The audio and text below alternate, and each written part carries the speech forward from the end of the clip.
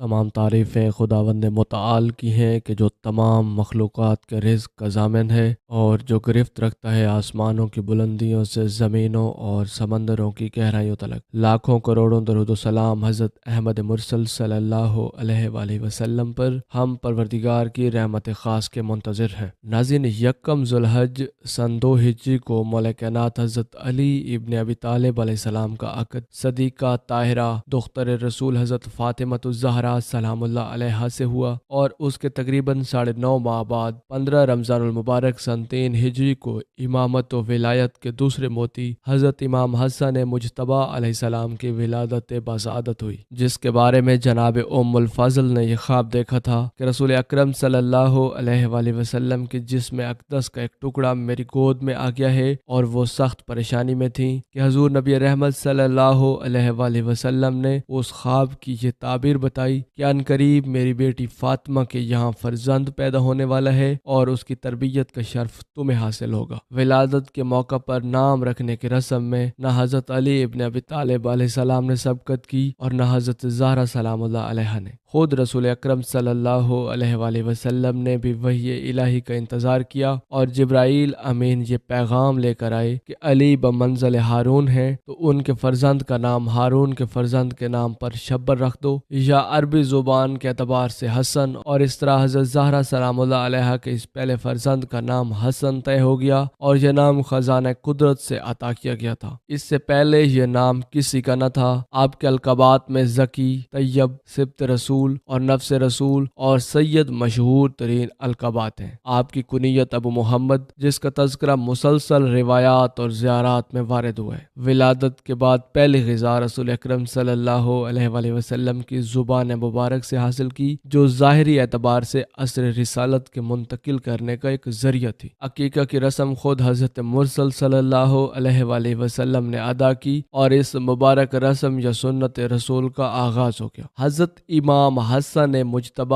علیہ السلام کی ولادت کا زمانہ وہ تھا جب مسلمان جنگ احد کی تیاریوں میں مصروف تھے، اور اس طرح آپ نے عام بچوں کے اعتبار سے لاشعوری دور میں اور امامت کے اعتبار سے مکمل طور پر شعوری اعتبار سے سب سے پہلے اصحاب باوفا کی بے وفائی کا سامنا کیا۔ جہاں حضور نبی رحمت صلی اللہ علیہ وآلہ وسلم میدان میں تنہا کھڑے تھے، اور مال غنیمت کے لالچیوں نے انہیں فوج دشمن کے حوالے کر کے اپنی جان بچا لی تھی، اور انہیں متعدد زخموں کی اذیت بھی برداشت کرنا پڑی تھی، اور پھر یہی نقش اول آپ کی زندگانی کا نقش آخر بھی بن گیا۔ سن 9 ہجری میں اسلام کے صداقت کے مارکے میں پہلے پہل حضرت امام حسن ابن علی علیہ السلام نے براہ راست شرکت کی اور سب سے آگے رہے۔ یہ مارکہ اسلام اور عیسائیت کے درمیان تھا، جسے مباہلہ کے نام سے یاد کیا جاتا ہے، اور اس سے متعلق آیت مباہلہ بھی قرآن مجید فرقان حمید میں موجود ہے۔ امام حسن ابن علی علیہ السلام کم سنی کی بنا پر